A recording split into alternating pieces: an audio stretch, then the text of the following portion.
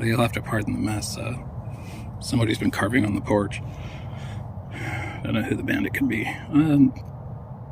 So I made this the other day yesterday, in fact, out of a piece of maple. Wow, and the first thing I show you is the crack. Well, there you go. We'll just look at what's wrong with it first, That doesn't really go through. I epoxied the mouthpiece in, so it's not like it's going to come back out. I do need to run I really can't get any light through that. Run a drill bit through here again just to open it up a little bit. Thought I'd come give this a test drive. I sanded it down, hit it with some of a black leather dye, and I should have known this. Maple really has a hard time with the dye. It actually looks a lot better out here than it did under the lighting in my under a light bulb. This is natural light. You can see a little deep depth to the grain.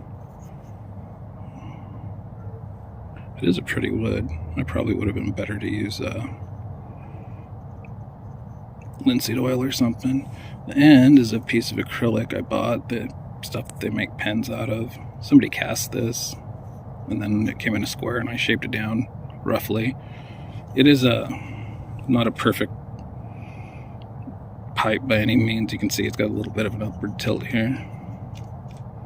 Oh, there's my friend Mavis. Hey, baby. But it's enough to do a proof of concept. I kept seeing these things advertised, and I'm not going to buy one that's made in China because God frickin' knows what what wood or what finish they used on them. I'm sure they make great stuff for themselves, but I wouldn't put it past them to, use something dangerous to ship to export, especially after that whole wallboard paste and baby formula thing that they did. That was to their own people, but anyway, this is maple out of my backyard. Ooh, hey, baby. It's been cured for a little bit. The little cracks you see in under actually came out after they're not from force. They came out after I turned it down. It was actually splintered out here a lot more. It was about that much longer, but I re-drilled it and cut it down.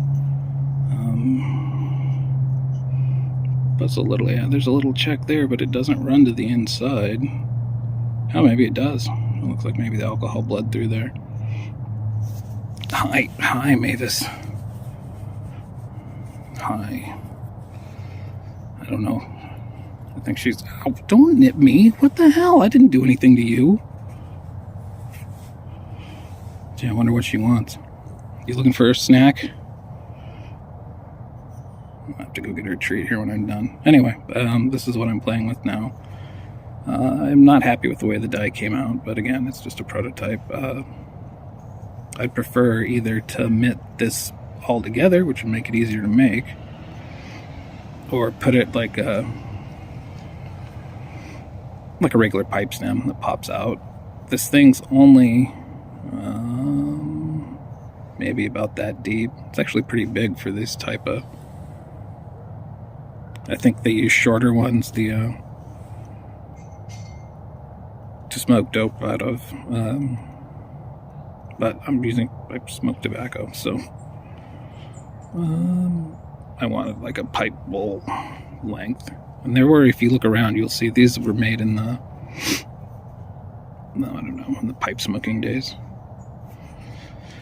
I'm a little concerned I got a little too thin. My next one will be thicker. And because of the way the tobacco burns and the heat rises, I'm worried this might burn out up top faster. So the next one might be thicker, or the same thinness of the walls, but bigger, so I can line it with something. But it's not terrible looking. It holds like a cigar. So I was going to sit out and smoke this. I got my plan B here, because I live in frickin' Washington. everything's freaking expensive, so a $2 cigar anywhere else is, well, shit, with the markup, that's probably a $1 cigar somewhere. That's my backup plan. But if you compare it to mine, they're about the same size. Ring size, this is definitely smaller. I kind of like this size better. I've been driving my wife nuts, walking around the house doing this with it.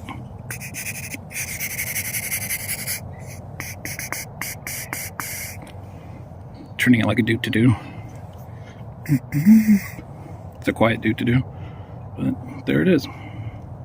What fun. And I've also got,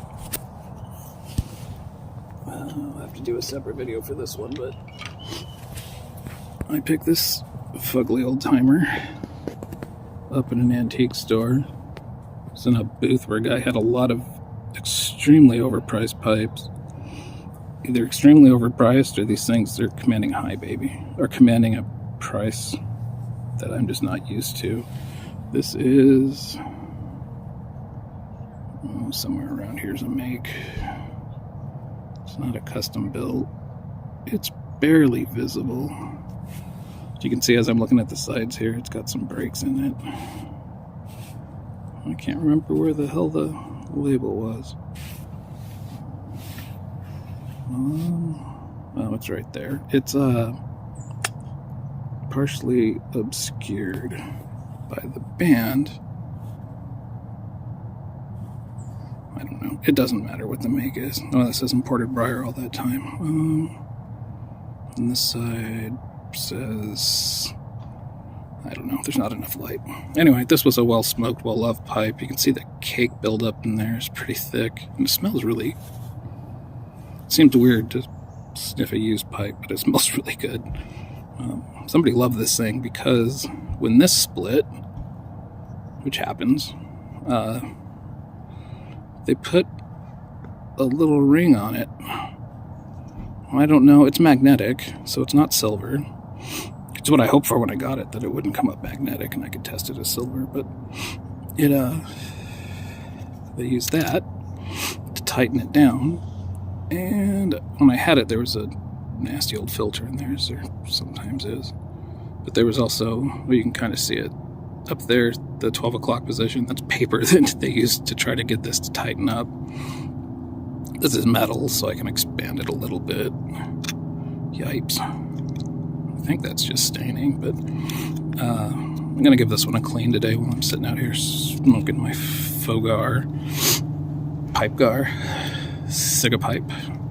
Cigar, I don't know, whatever it is. My cigar-shaped pipe. But, man, you just can't. The rustication on that, I'm not usually one who enjoys that, but it's got a texture in it. And this is massive. Kind of reminds me of the one my Uncle George smoked all the time. If I remember right, he smoked half and half. He'd come down to visit. My grandmother used to smoke Misty's, I think. The lady's cigarette. She quit. But he would come to him. She never badgered him about smoking in the house. So he'd come down in her house to be full of pipe smoke. And I always thought it smelled good. So I guess we could blame him. He ain't with us anymore. So he can take it. We can blame him if we want, right? He's not going to argue. Anyway. This will be the next thing. I'm going to hit it with some Murphy soap and see exactly how much comes off. These finishes are really hard to get everything out of here without using chemicals. I can see there's gunk you can kind of see in there. Those should be straight lines. Some of them are going to be filled with gunk, and some of them are going to just be bridged or worn down. Sometimes they break because briar's pretty brittle. Despite the stem cracking, I mean, I don't see any huge dents or... no, that looks like rustication. Rustication is when they take perfectly smooth briar and they add all this crap to it. This looks like it was probably done. I don't know. You can make a tool with screws. So you have like 3 or 4 screws going through a board that are sharp on the end and just gouging at the briar with it. I'm sure they have... I mean, as small as that is, that looks like it was probably done with a wheel or something. and consistent, because it almost looks like screw thread. But it adds a little character to it. I usually prefer them smooth, but I don't know. I like this one. This was the only one in there that was priced reasonably.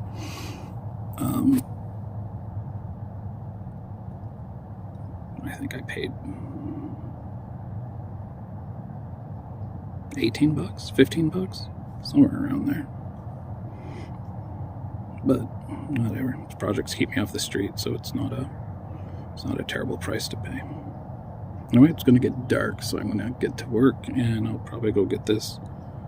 Mavis is up behind me, waiting by the door for me to go see if I can get her a treat, so I'll go get her a treat. She's a good cat. It's not mine. She belongs to one of the neighbors, but she seems to be a neighborhood cat, and she catches me out here and has gotten used to coming over and panhandling a little bit. It's really funny because she'll try to come in the house, and then the other cats freak out, which is always fun. But, yep, she's not ours. She's just a visitor here.